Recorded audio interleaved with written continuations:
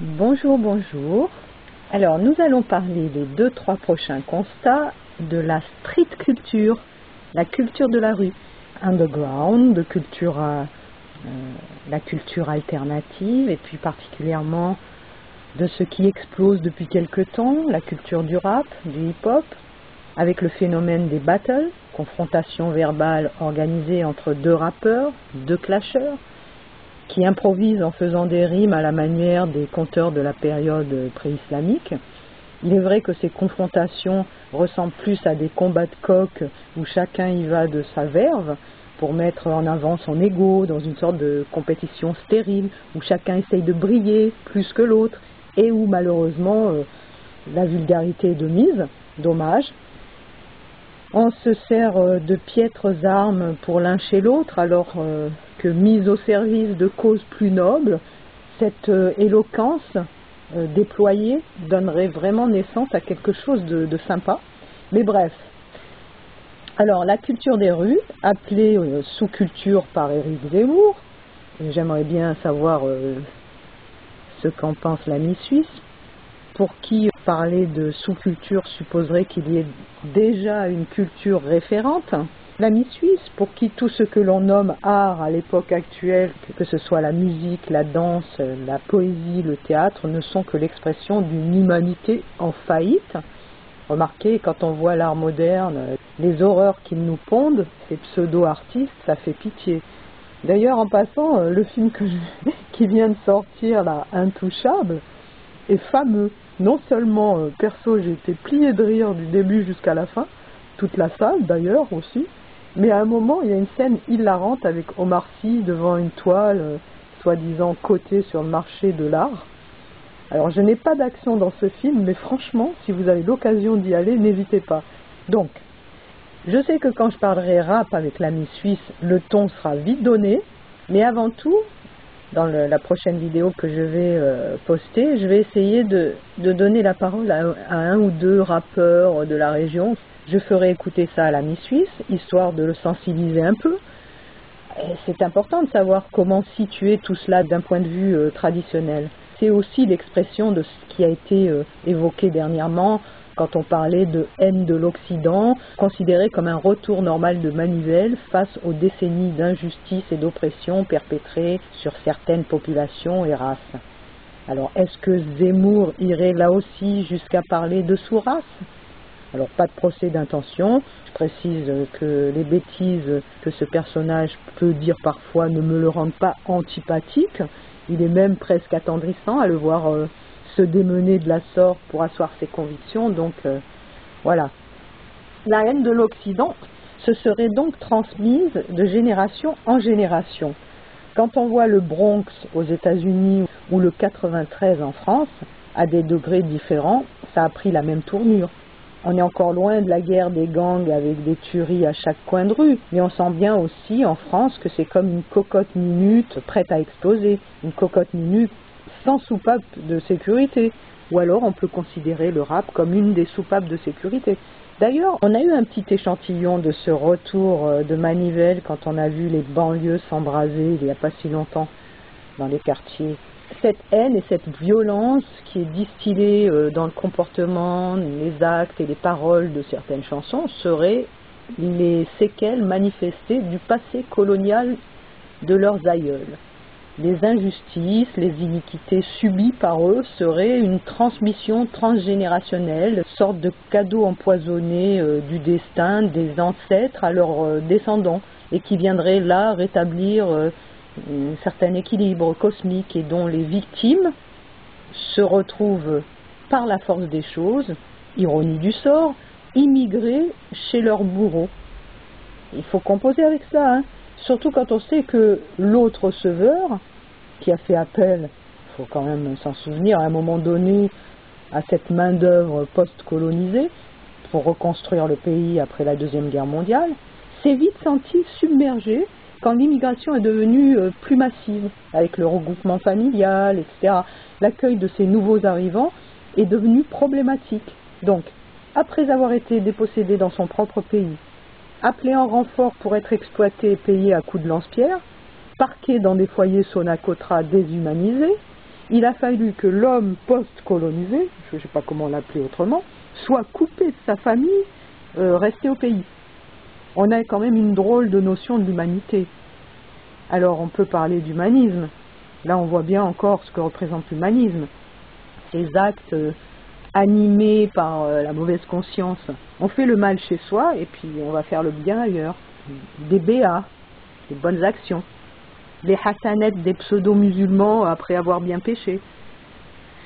Bref, pour en revenir à la situation explosive qui s'est installée peu à peu dans les quartiers, qui sont devenus des ghettos où l'on a parqué ces nouveaux arrivés en masse, l'État a quand même tenté d'enrayer des problèmes naissants, de non-intégration des populations immigrées, des problèmes de langue, des problèmes identitaires, en subventionnant des actions sociales plusieurs décennies durant. Bilan, échec total, autant des gouvernants de droite que ceux de gauche.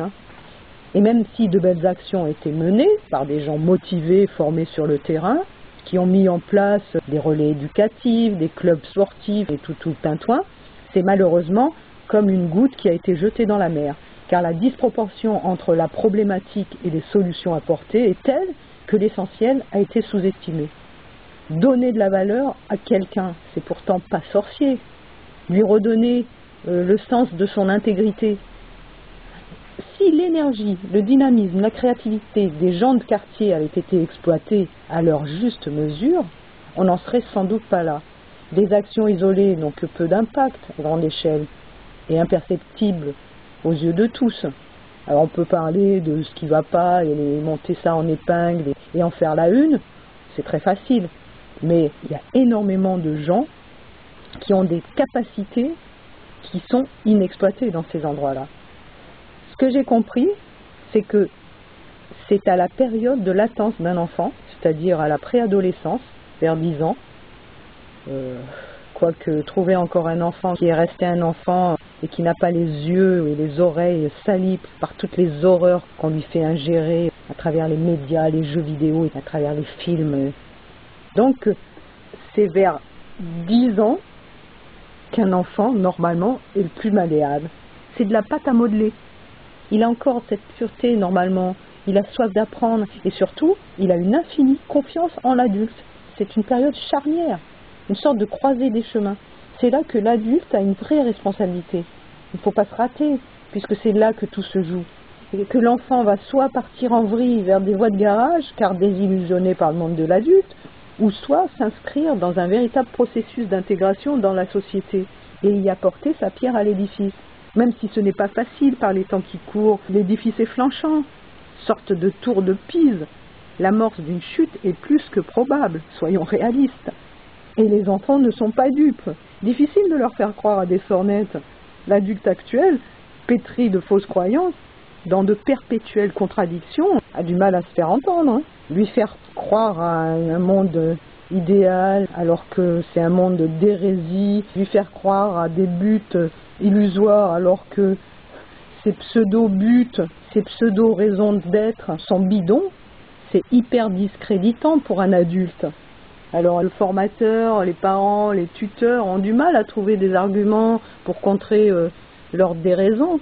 Et quand certains se retrouvent dans l'obligation de participer de près ou de loin à tout un marché parallèle pour pouvoir survivre, ou même participer à ce monde qui a perdu la tête, parce que quoi qu'on en dise, pas facile de s'appeler Amidou ou Mohamed à l'heure actuelle pour trouver un boulot. Même un Rodolphe ou un Jérôme, s'il est noir, il n'a pas grande chance.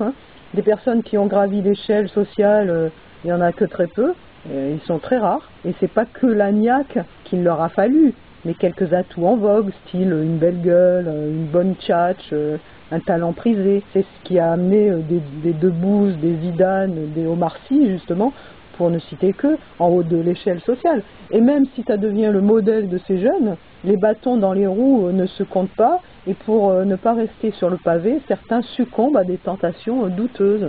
Et tout ça pour arriver à des buts rococo, style frimer dans une Porsche, Ray-Ban et musique à fond. Super réussite, hein. Il faut savoir tout de même que l'injustice subie par ces personnes-là est insidieuse. Elle commence déjà à l'école primaire avec une sélection naturelle. Quand je dis naturelle, c'est dans le sens systématique. avec des propositions d'orientation bateau, qui sont des voies de garage évidentes, ou des voies dont franchement tout être normalement constitué ne peut pas accepter. Ils ont déjà l'exemple de leurs parents qui se battent comme des lions pour vivre comme des rats, et de cette existence ils n'en veulent pas. Alors entre cette vie programmée pour être exploitée, bafouée et traitée comme une pièce de rechange et une vie de facilité, quelle alternative vraiment? Autant mener une vie de bâton de chaise et puis avoir ce sentiment de pseudo-liberté. Alors le rap, qui a pris une tournure de complainte pour dénoncer un système avec des revendications caustiques, des propos haineux, parfois grossiers, bon, c'est bon, le message est passé. On peut comprendre que quand on en a plein les bottes, on peut à un moment donné en arriver là. Mais après, le pas d'après, c'est quoi? Qu'est-ce qu'on propose? Puisqu'il y a une énergie là. On patine indéfiniment dans les mêmes histoires, à se vautrer avec complaisance dans une forme de victimisme pleurnichard, ou effectivement on prête le flanc à un Zemmour pour qui la culture du pauvre n'est sans doute qu'une pauvre culture, ou bien on crée vraiment quelque chose de beau, d'innovant. Alors pas besoin de tomber dans le consensuel comme MC Solar par exemple, qui dans le milieu du rap fait partie de ceux qui ont vendu leur âme au diable, à Babylone, à l'industrie du disque, que sais-je. Mais comment y échapper dans ce monde où on est obligé un peu de se vendre si on ne veut pas rester dans l'ombre? Ou alors on reste dans l'ombre, mais si on a des messages à faire passer, autant le faire avec subtilité. Parce que c'est pas en rebutant l'autre qu'on se fait entendre. On en revient toujours à la même chose. C'est pas non plus comme tomber un peu dans le côté guimauve à la Abdel Malik, qui a de belles choses à dire et qui est probablement une belle personne, mais dont le dégoulinant est quand même difficilement ingérable. Il y a quand même sûrement des alternatives à tout cela. Faire de belles paroles sur un bon son rap, hip-hop ou autre, c'est sans doute possible. Et c'est peut-être un moyen d'expression intéressant pour éviter d'aller taper sur tout ce qui bouge et pour essayer de sortir de sa condition d'incompris et d'injustement traité. Voilà. Alors rendez-vous très prochainement pour donc la rencontre avec des rappeurs de la région et puis pour retrouver l'ami suisse. À très bientôt, au revoir.